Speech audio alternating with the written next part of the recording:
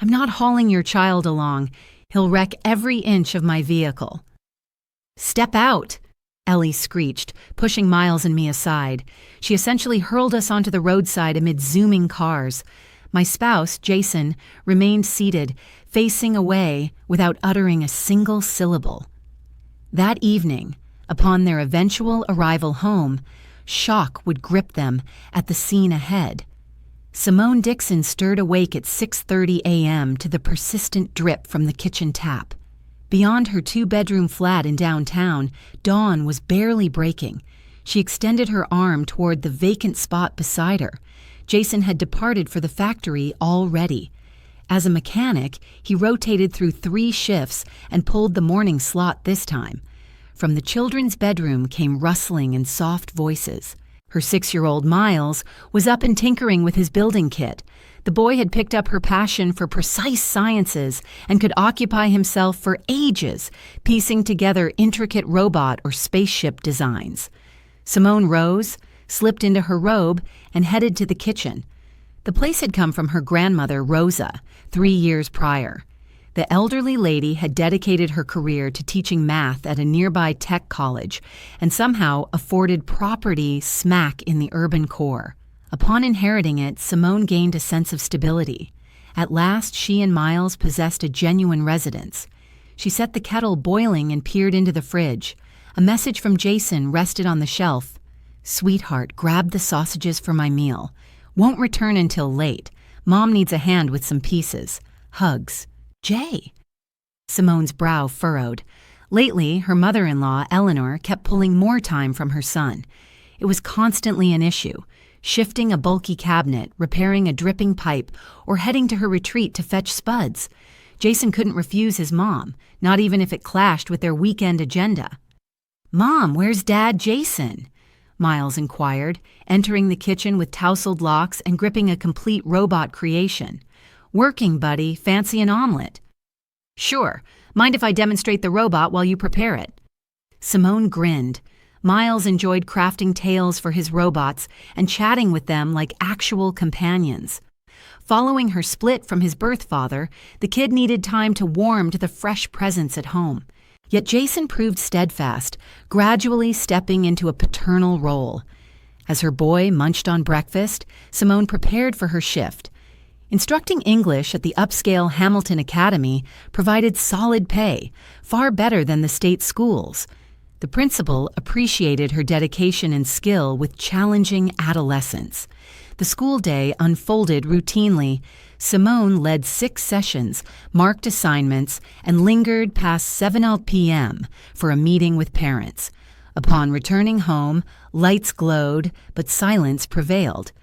"Miles, Mommy's back," she announced, slipping off her footwear in the foyer. "Mom, we're in here," her son replied from the lounge. Simone entered to find Miles on the floor before the TV. Eleanor sat nearby. The older woman sported her usual brown trouser outfit. Her coiffure stayed fixed in a decades-old manner, unchanged for 15 years. "Evening, Simone." Eleanor acknowledged her briskly, eyes fixed on the display. "Hello, Jason around." "In the bath. We spent the day rearranging items. My son is worn out." Simone bristled inwardly at the phrase "my son," but held her tongue. Ellie frequently treated her 30-year-old offspring like a preteen.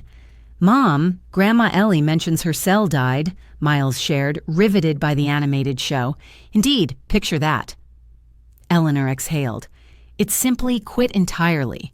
Won't power up, and it's essential for my job, the digital till. Operations depend on the application these days." Simone acknowledged with a nod and moved to the kitchen to warm the meal. Moments later, Jason emerged, clean from bathing in lounge attire and a tee. "Hi, love." He pecked her cheek. "School okay?" "All right, but exhausting. Furniture shift goes smoothly." "Flawlessly." Mom aimed to reposition the armchair in the opposite nook, so we labored through the forenoon. They dined as a trio. Ellie passed on eating, insisting on her regimen. Post-meal, the mother-in-law departed for her abode, and Jason aided Miles in constructing a fresh plane replica. The following morning, Simone resolved to launder Jason's coat, marked from the prior day's labor. Before loading it into the washer, she patted the pockets and heard a rustle. She extracted a creased sheet and unfolded it. It proved a bill from the gadget shop for a top-tier phone at $1,200, purchased the day before. Simone's stomach dropped. $1,200. That drained their fund for Miles's coastal getaway in summer. Her boy had anticipated it for 6 months. That evening, once Miles had gone. As Simone prepared to head to bed, she pulled out the receipt and showed it to Jason. Where on earth did this come from? Jason's cheeks turned red, and he averted his gaze. I planned to mention it to you about Mom. She desperately needed a new phone for her job. The old one was totally broken. She couldn't even log off after her shifts. For $200.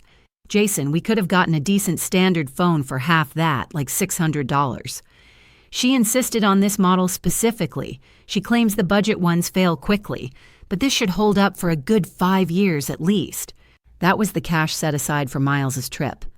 I get it, sweetie, but Mom does tons for us. She looks after our boy whenever we're running behind. She handles meals on weekends, too. She merits something special. Simone gazed at her spouse and realized debating it would get her nowhere.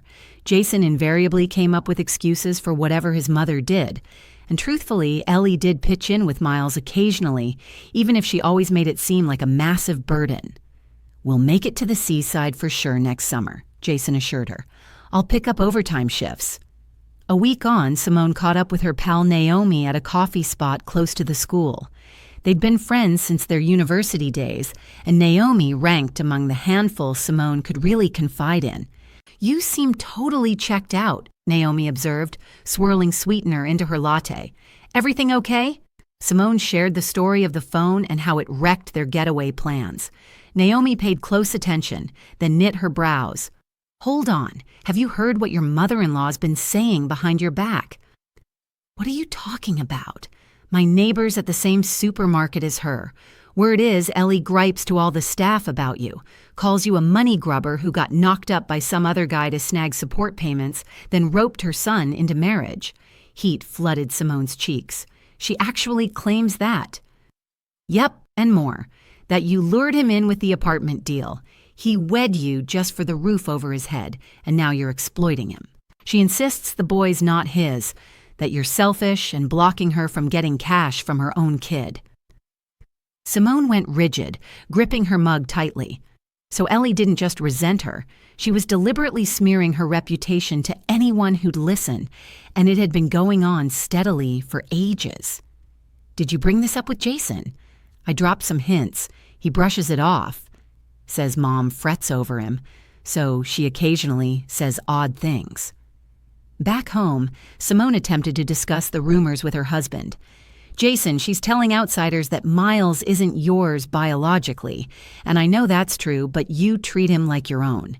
Can't you see? She's turning folks against me. Cut it out, Simone, Jason snapped, his tone sharpening. You blow everything out of proportion. Mom's getting on in years and has nobody left but me. You expect me to ditch her. The talk fizzled without progress. Jason stepped out to the terrace for a cigarette, while Simone retired, feeling an overwhelming isolation. The days that followed brimmed with strain. Jason began lingering longer at his mom's place, and upon returning, he'd be withdrawn and snappy. Simone threw herself into her job and time with her son, striving to sideline the household tensions. One Saturday a.m., Jason declared he was heading over to his mother's again. Simone, unable to hold back, asked, "We're hoping to take Miles to the playground." This is key stuff for Mom. She needs to check out a vehicle. What kind of vehicle? Turns out she's set on getting a car. The buses are wearing her out. A chill gripped Simone. With what funds? She pulls in just $2,000 monthly as a checkout clerk. She'll finance it. I'll chip in for the initial amount. Chip in how? Jason, we're tapped out. We blew our savings on that phone. We'll manage somehow. I'll grab more shifts. By Monday, Simone stumbled onto the facts accidentally. Miles had fallen ill, so she visited the doctor's office for an excuse note. Waiting in front was a lady chattering away on her cell about financing and autos. Get this, the woman boasted. My neighbor snagged a ride. She got the loan via the seller, and her boy co-signed the docs. Claims if it goes south, he's on the hook. Simone's pulse raced. Had Jason secretly guaranteed his mother's auto loan? That evening, she pressed him hard. Jason evaded at first, but eventually admitted it. Yeah, I did co-sign. What's the issue? Do you realize if she misses payments, it'll hit us directly? She won't miss any. She's always been reliable. Jason, this matters. We needed to talk it over first. There you go again, Jason burst out. Mom shouldered it all after Dad bailed. She earned this support, even if it costs us. Who's not supposed to aid their folks? Simone saw she was cornered. Jason kept deciding solo, treating them as done deals, while Ellie always prevailed, no matter their finances. 7 days later, a gleaming crimson pre-owned SUV rolled into their lot. Ellie had gone for a 5-year-old model still running strong. The deal was a $15,000 advance with $250 due each month. That's a sharp ride, Simone conceded as her mother-in-law dropped by to flaunt it. Naturally it is, Ellie boasted. She beamed with pride. I've always wanted my very own vehicle. Now I can skip cramming onto the bus with all those lowlifes. Miles eyed the automobile curiously, but when he requested to hop into the driver's spot, his grandma snapped no. Kids had no business inside vehicles. They'd wreck or smudge something for sure. That evening, Simone tallied up the household budget. $250 for the installment on top of coverage, fuel, and upkeep. It ate up almost 50% of Jason's paycheck. Her ideas for fixing up the place and stashing cash for a trip got shelved forever. 4 weeks on, Miles's issues kicked off. It started with him griping about belly pain post-morning meal. Simone figured he was just dodging daycare and brushed it off. Yet come evening, the kid's condition worsened. His temperature spiked and the discomfort intensified. Overnight, Miles tossed restlessly, whimpering in agony. Come dawn, Simone rang their family doctor. The seasoned lady doc gave the child a thorough checkup, probed his tummy, checked his temp at 101, 3 de Gallifas, and heard his heartbeat. Seems like sudden appendicitis, she declared, slipping off her scope. Head to the medical center without delay. Got a ride. Nope, Simone answered. Then dial emergency services or beg a lift. Head straight to the pediatric surgery at Regional Children's. No time to waste. Simone ushered the physician away and went back to her boy. Miles was ashen, lids shut, breaths faint. Mom, it aches, he murmured.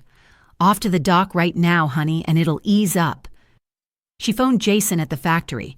His boss promised to pass it along, though Jason's shift ran till dusk. Waiting on the paramedics might drag on for ages. The area clinic sat 30 miles beyond town limits. Hauling an ill-tot via transit felt downright hazardous.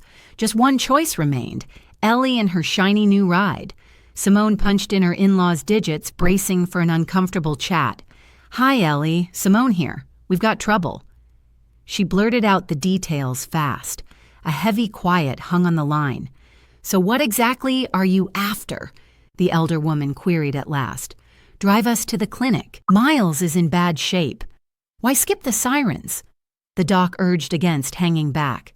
We gotta move now. More quiet. All right. Ellie relented sourly. Give me 30 minutes, but keep everything spotless. No way I'm letting the child mess up the upholstery. Simone swallowed her irritation and stayed mum. Priority 1. Reaching medical help. She hastily grabbed a pack with papers and fresh outfits for the lad, then bundled Miles up. He could scarcely stay upright, slumping against her support.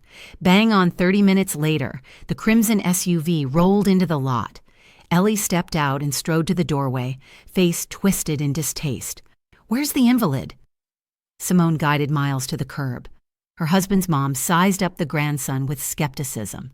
He doesn't seem all that poorly. Probably scarfed down too much frozen treat last night. The physician thinks it's appendicitis. These modern healers are way too alarmist.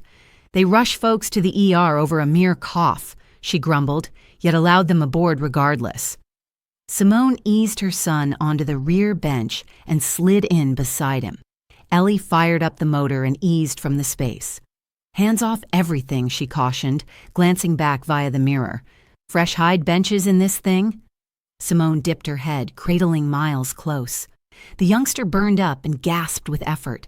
She yearned to arrive at the facility pronto. The SUV inched along urban avenues.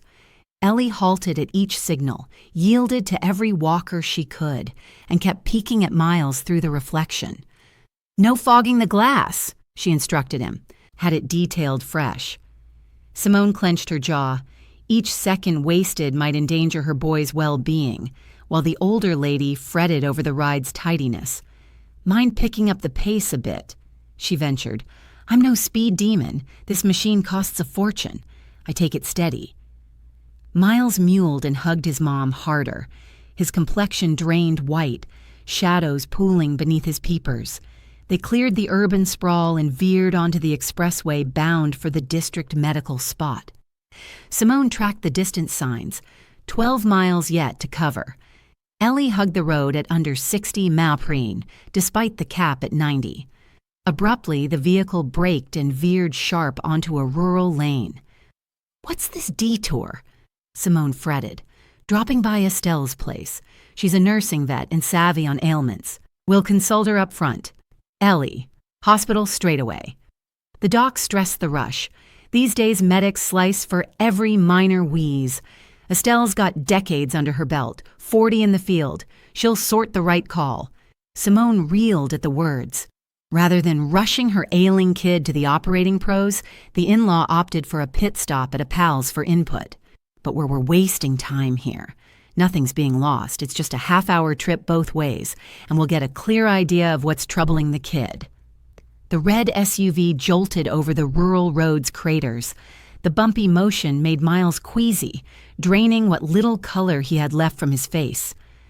"I'm feeling ill," he murmured softly. "Hang in there, buddy. We'll arrive shortly." 10 minutes on, they pulled up to a 2-level private residence adorned with intricate woodwork. Ellie stepped out and approached the entrance. "Wait in the vehicle. This won't take long." Simone remained inside with her son.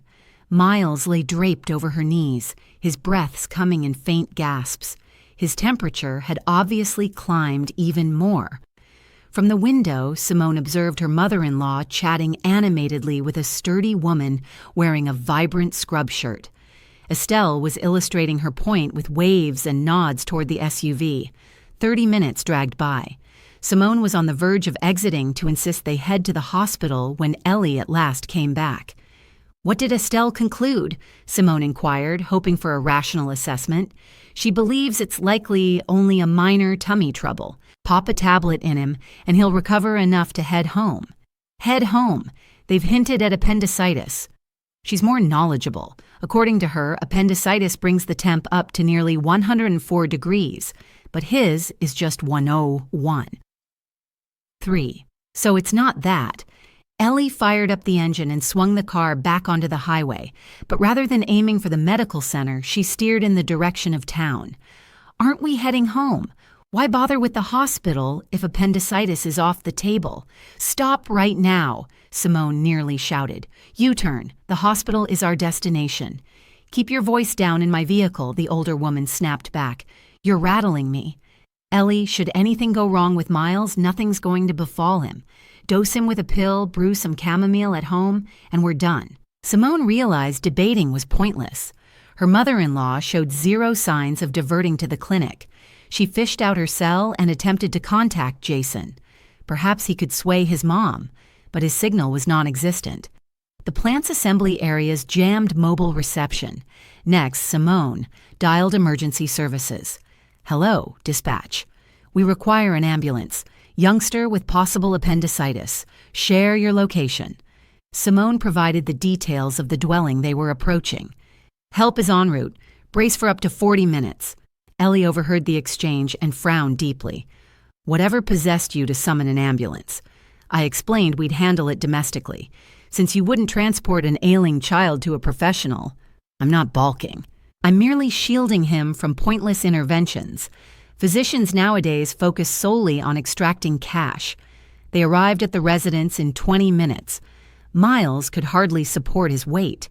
Simone gripped his elbow and guided him to the doorway. "Appreciate the lift," she told her mother-in-law. "Of course. In the future, hail a taxi and spare folks your trivial concerns." Ellie sped away, and Simone ushered her son into the flat, settling him onto the couch. He was utterly drained and groaning about intense discomfort. The rescue unit showed up an hour afterward. The responder, a weary-eyed fellow in his youth, promptly checked Miles over. "What kept you so long?" he demanded curtly.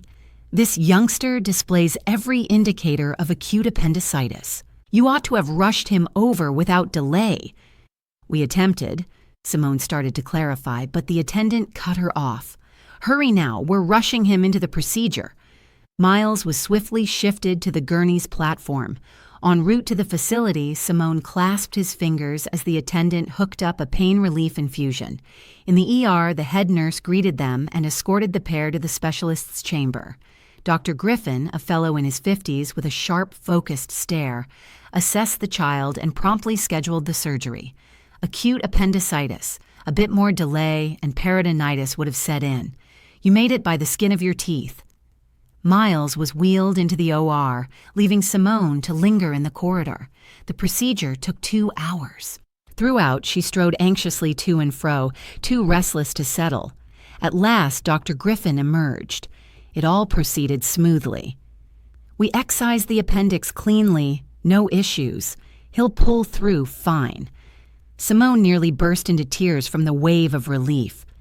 "May I visit him? He's still sedated. Consciousness will return in a couple of hours.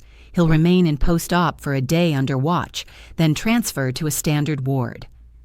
As Miles dozed in recovery, Simone perched in the facility's cafeteria, sipping steaming tea. Her fingers trembled from the ordeal. Had they tarried longer, the outcome might have turned dire. The entire mess nearly spelled catastrophe, all due to Ellie's obstinacy, her conviction that her insights surpassed the experts on her grandson's condition. Jason showed up late that evening. His complexion was ashen, etched with concern. "How's Miles holding up?" he queried, embracing his spouse. "Surgery succeeded. The staff indicates discharge in roughly a week. What a mercy." Mom mentioned a visit to Estelle, who deemed it minor. Simone stared at her partner, incredulous. "Jason, your mom nearly triggered a calamity. She balked at the hospital trip and squandered precious time, heading to her friend's place. She truly intended well, not wanting the child to endure extra pain. Intended well. The physician warned that any further delay might have led to peritonitis." Jason fell quiet for a moment, then murmured hesitantly, "My mother was concerned. Folks her age can slip up occasionally." Simone realized her spouse was about to defend his mom once more. Even with their boy's safety and well-being on the line, he refused to acknowledge Ellie's reckless behavior. By the following morning, Miles came around. Though frail, the doctor assured them his progress was positive. Simone hardly stepped away from his side, catching rest on a fold-out bed. Jason stopped by post-shift, lingering just briefly. Ellie made no further appearances. That Saturday night, as Miles dozed off, Simone stepped into the corridor to breathe a bit. Nearby by the window, 2 ladies were talking, and one seemed recognizable. Taking a nearer look, Simone spotted Estelle, her husband's mother's companion, the very one they'd gone to see in lieu of medical care. "I orchestrated the entire setup deliberately," Estelle confided over the phone. "Ellie spent the past month scheming to oust the daughter-in-law. She claims the boy's ailment offered the ideal chance to show Simone as an unfit parent. That due to her negligence, the child nearly perished. And guess what? She summoned the paramedics herself." Estelle went on. Now Ellie's livid. Her scheme backfired. Simone had caught plenty. She slipped back into the room without a sound and settled beside her slumbering child. It had all been deliberate. Ellie intentionally stalled them, diverted them to her pal, and rejected the trip to the clinic. She figured his health would decline enough to pin the blame on Simone for ignoring him. Her husband's mother was prepared to endanger her own grandchild's welfare solely to shatter Simone's marriage and Jason. A chilling realization hit Simone hard. He had to have been aware of his mother's intentions. How else to account for his apathy amid the crisis? She gazed at her resting son. Miles appeared utterly vulnerable, the dressing across his belly. The medical team had noted the procedure occurred just in time, yet a bit more postponement could have caused lasting damage. Right then, Simone reached an unshakable choice. She and Miles would go it alone. No Jason, no Ellie, no relatives ready to jeopardize a youngster's vitality for personal gains. The residence was hers. The funds in the bank were hers too. Her position at work held steady, with solid earnings.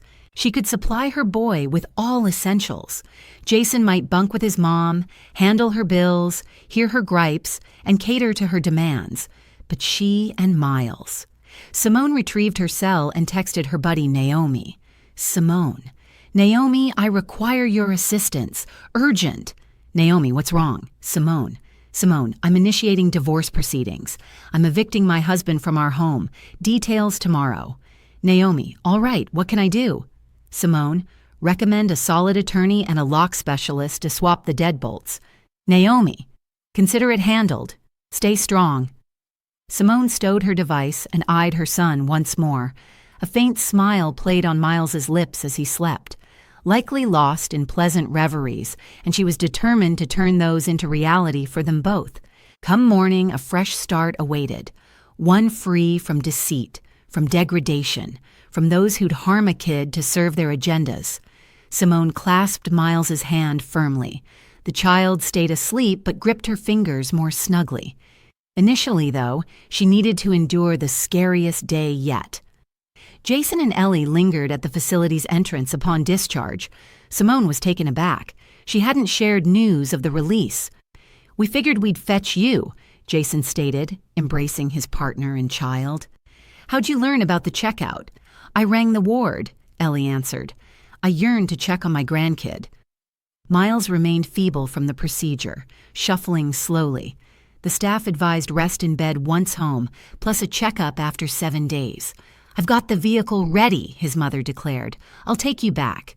Appreciate it, Simone responded, helping her son into the rear. Miles looked ashen and mentioned feeling drained.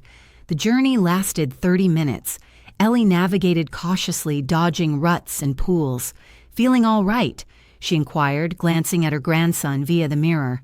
Okay, he whispered. Abruptly, nausea hit Miles.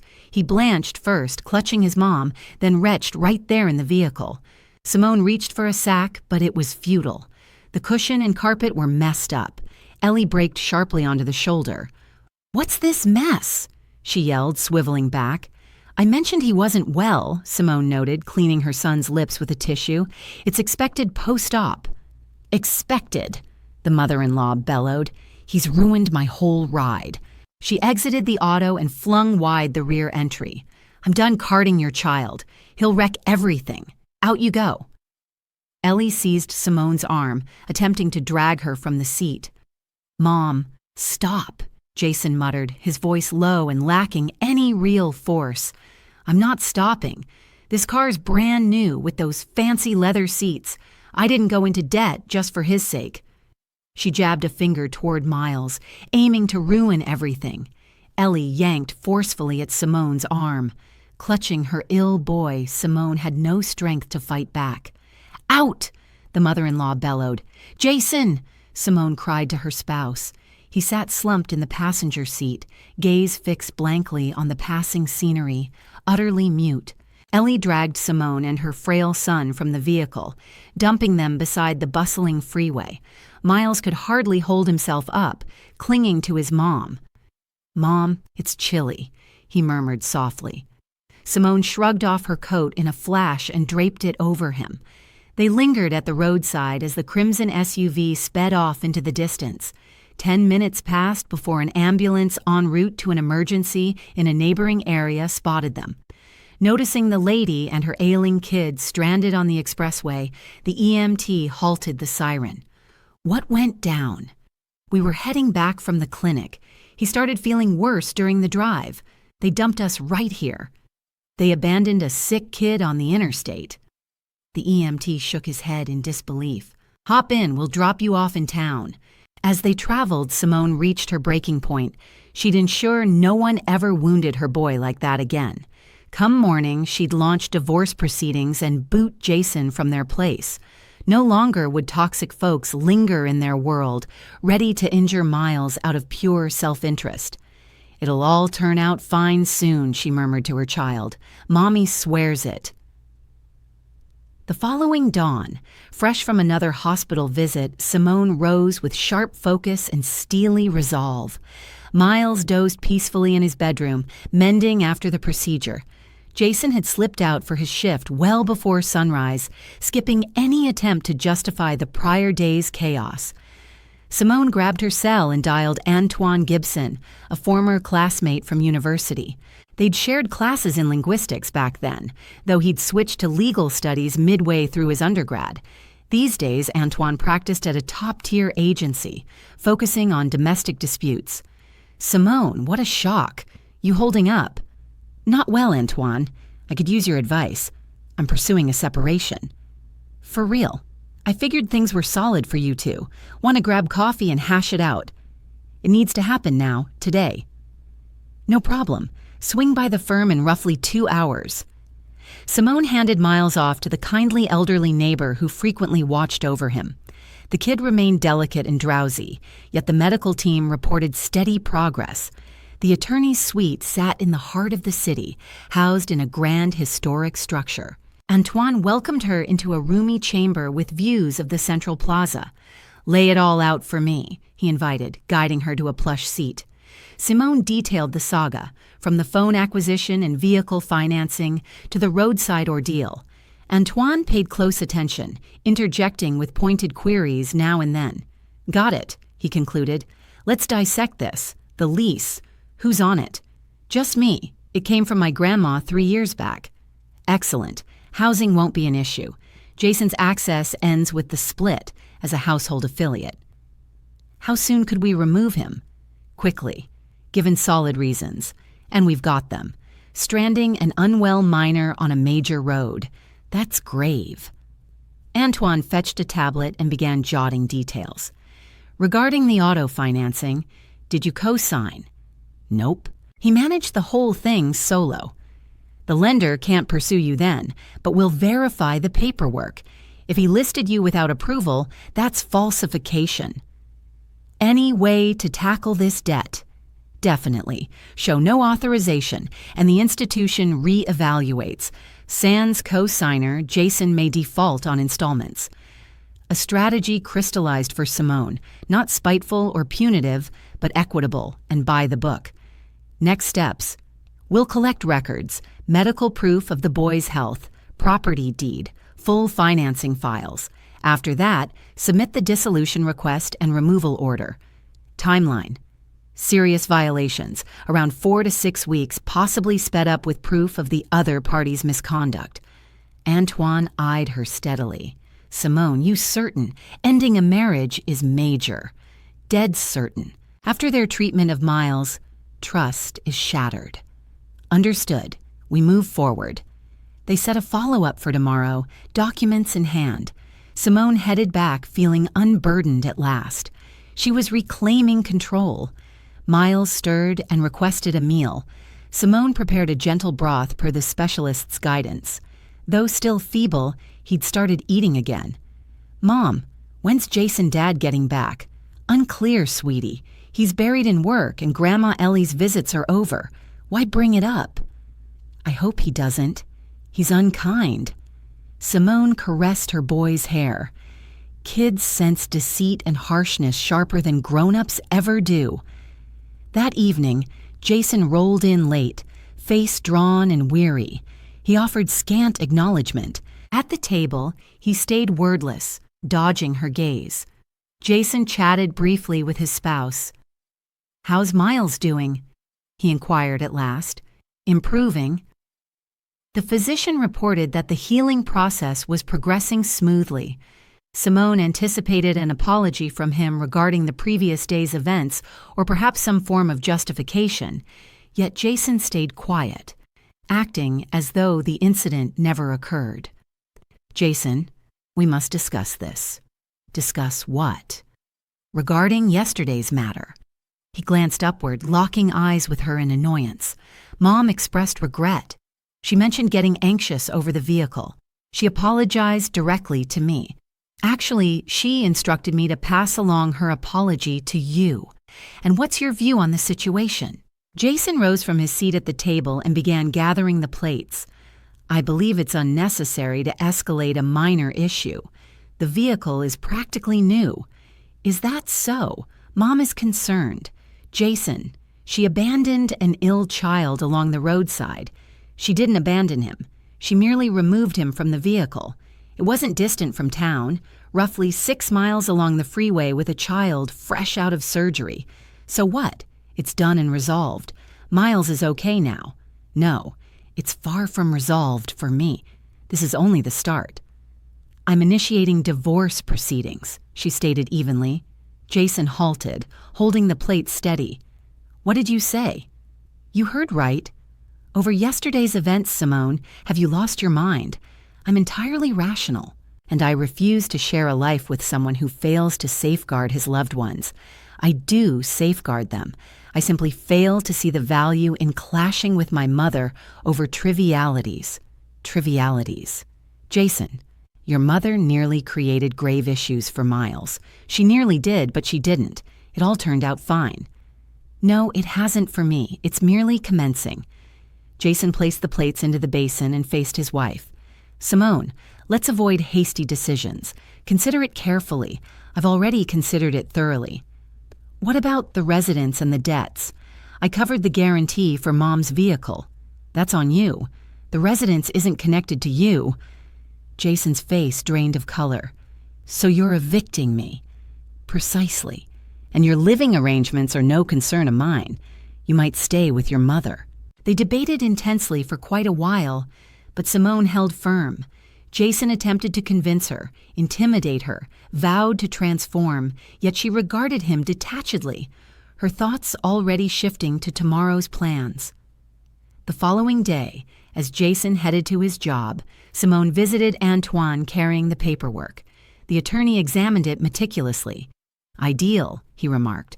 The residence belongs solely to you. No contention possible. The debt arrangement is straightforward, too. Your name isn't listed as a co-signer on the agreement. Thus, the lender has no claim against you. It doesn't. Moreover, we could submit a grievance against the lender for wrongly adding you to the surety clause. That might create complications for Jason. Naturally, the lender would insist on reevaluating the debt conditions right away, and lacking a surety, the rates would increase by 50%. Antoine started compiling the court submissions. Simone endorsed the separation filing and the notice to remove Jason from the residence. Now comes the intriguing aspect, the attorney noted. Do you possess details on your mother-in-law's earnings or her lifestyle? Why do you ask? When she secures debts, she declares a specific income, but retail clerks earn modestly. Perhaps she has unreported earnings. Simone pondered that. Indeed, how did Ellie afford those debts? A clerk's wage around $2,000 monthly, with the vehicle installment at $250 on top of her various costs. I'll consult a colleague, she replied. Her neighbor is employed at the identical store. That evening, Simone phoned Naomi and requested intel on Ellie's employment. Her acquaintance agreed to dig into the specifics. Jason returned home tardily, radiating hostility. Have you truly chosen to oust me? He demanded right at the entrance. And you're depriving Miles of his dad. Miles possesses a natural father. Plus, you demonstrated readiness to side against your son for your mother's sake. I sided against no one. You stayed silent as your mother stranded a vulnerable child by the freeway. I was unaware of her intentions. You were aware and chose silence. That's known as aiding and abetting. Jason wandered the space, puffing on a cigarette anxiously. Then he paused and eyed his wife. All right. If you proceed with the separation, I'll respond in kind. Say, by seeking maintenance for Miles. Simone smirked contemptuously. He's not your natural child. You'd only qualify for maintenance through formal adoption. Too late for that. Post-separation. The judge won't permit adoption, absent the parents' approval. Jason comprehended his defeat. He held no claim to Miles, none to the residence, nothing whatsoever in that home. He swore under his breath, seized his luggage, and departed for his mother's place. Simone experienced profound ease. At last, tranquility filled the home. Miles healed swiftly, engaging with his building toys and chuckling once more. Yet the most captivating development awaited. 2 weeks onward, Simone contacted the retail network's security line. "Good morning. I'd like to alert you to improprieties at one of your outlets. I'm all ears. Outlet number 47. The clerk, Ellie, routinely pilfers merchandise and money from the cash drawer. The supervisor, Mr. Reynolds, is shielding her. What makes you think that? I'm employed in the adjacent structure and frequently patronize that shop. I've often observed her slipping items into her purse without ringing them up. Fellow workers mentioned the missing funds. We appreciate the tip. An inquiry will follow. I'd prefer to stay unnamed. Naturally, your identity won't surface in any records." Simone ended the call feeling she'd done her part. Righteousness needed to win out. She also submitted a grievance to the bank over wrongly listing her in the surety agreement. The lender responded swiftly, insisting Jason settle the full debt right away or secure another backer. Jason freaked out. He dialed Simone repeatedly, begging for mercy, yet she stood firm. "That's on you," she replied steadily. "Handle it on your own." Ellie sought a fresh loan to clear the previous one, but lenders rejected her. A retail clerk's pay simply didn't suffice. The inspection at the shop kicked off without warning.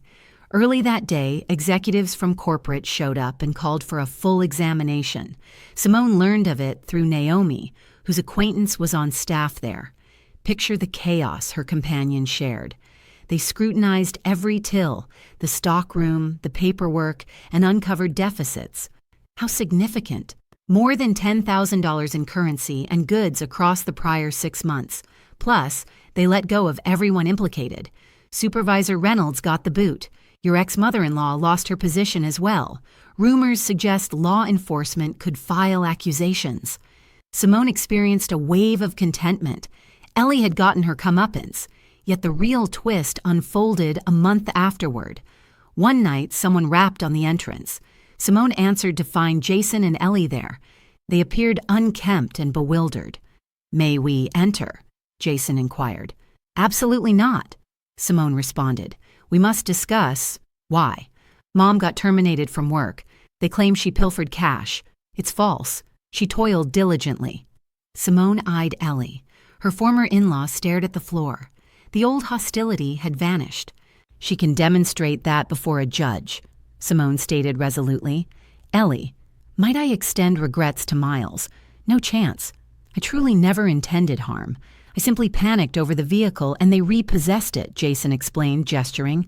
"The lender wants the complete loan sum repaid. We lack the resources. That's unfortunate. Simone, would you consider backing us again? I'm no longer a surety. The bank verified as much. Still, we're kin. Not anymore. The moment you abandoned my boy on the roadside, ties severed. And that evening, upon heading back to their studio unit, shock froze them at the sight." Simone heard the details the following day from the neighbor. "Can you fathom it?" the elderly lady recounted. They reached the doorway and spotted luggage strewn about. It emerged that officials had removed them from the residence and swapped the deadbolts. How could that occur? Enforcement officers arrived bearing the eviction order. Your Jason pushed back, but after reviewing the papers, he realized resistance was futile. And their destination. They settled into a budget inn's spare room. Employment is key to survival. Jason's factory wages barely covered basics, insufficient for housing. Simone savored a subtle triumph. Fairness had prevailed. Miles soon put Jason and Ellie from his mind. He focused on the fresh toy kit his mom procured. The child crafted bots and coined labels for them. Simone stayed occupied too. Her duties and steady earnings kept her engaged. Free from Jason's debt burdens, existence improved markedly. After 3 months, an opportunity arose at a renowned global academy. Compensation doubled. with perks and overseas development chances included. Mom, are we wealthy now? Miles wondered upon hearing of the position. Not quite, sweetheart, but we're secure. What about Dad Jason and Nana Ellie? Are they secure? No, they're facing hardships currently. They bear the weight of their choices. Correct, dear. Each person answers for their deeds. Miles agreed and resumed his play. He was piecing together an intricate spaceship replica. Simone gazed at her child, reflecting on her resolve to transform their circumstances. At present, Miles matured amid integrity and equity, absent those intent on injury. 6 months on, Simone crossed paths with Jason and Ellie by chance at the medical center.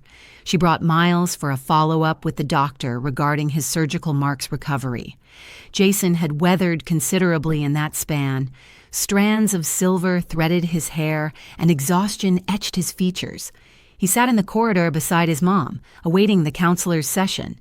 Ellie fared poorer. She relied on a walking stick and labored for breath. The fallout from dismissal and legal battles had evidently damaged her well-being. Miles spotted them initially. "Mom," he murmured, ducking behind her, "that's them." "Indeed, child, no worries. We'll simply pass by." Yet Jason noticed. He rose and advanced unsteadily. Approaching them was Simone with Miles. She paused. "Hi, Jason.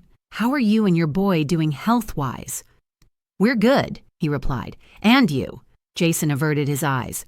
"My mom's not well, her blood pressure's high, and her heart's weakening. I'm truly sorry, Simone. Would it be okay if I visited Miles soon?" Simone glanced at her child. The kid squeezed her hand firmly and shook his head no. "I don't want that," Miles whispered. "You heard what he said," Simone told Jason. "But I nearly became his dad. Real dads don't abandon their kids." Jason longed to argue further, but Ellie gently tugged his arm. "Come on, Jason, they're paging us." They entered the doctor's room as Simone and Miles made their way to the specialist. "Mom, are you feeling bad for them?" the child inquired while they walked. "No, honey. I'm not glad about their troubles, but I don't feel sympathy either. They picked their road, and we picked ours." "Right, and I believe we made the smart choice." Miles bobbed his head and grinned. "I love how things are for us." "Same here, darling." The specialist checked the boy over and approved of the outcome. The wound had mended flawlessly without any issues. "A robust, vigorous young one," the doctor noted. "Put the surgery out of your mind. Just lead an ordinary life." As they exited the facility, Simone sensed a weight lifted, a calm settling in. Their darkest days were over. Brighter times awaited. Miles skipped along beside her, excitedly chatting about the fresh robot he'd assemble back home. "Guess what, Mom? I came up with a name for it." "Tell me." "Justice. It'll shield the innocent from the villains." Simone beamed. Her boy was maturing with solid ideas of good and evil. Nothing mattered more. They boarded the bus and returned to their snug flat, a safe haven where harm couldn't reach them anymore, where they could thrive in quiet, pursue their goals, nurture the child, and savor simple joys. Meanwhile, at a dingy motel on the city's edge, Jason and Ellie faced the consequences of their choices. Each had gotten their due. True fairness had prevailed. Enjoyed the tale. Where in the world are you tuning in from? Drop a note in the comments. Maybe we can connect there. If the story resonated, consider hitting that super thanks button to help me share more like it. Your kind backing means everything. Thanks a ton. Can't wait to hear your thoughts below. Check out the 2 fresh tales popping up on screen. I swear they're worth it. My channel's packed with even more gems. Hit subscribe so you don't miss out. Catch you in the next one. All my love and appreciation.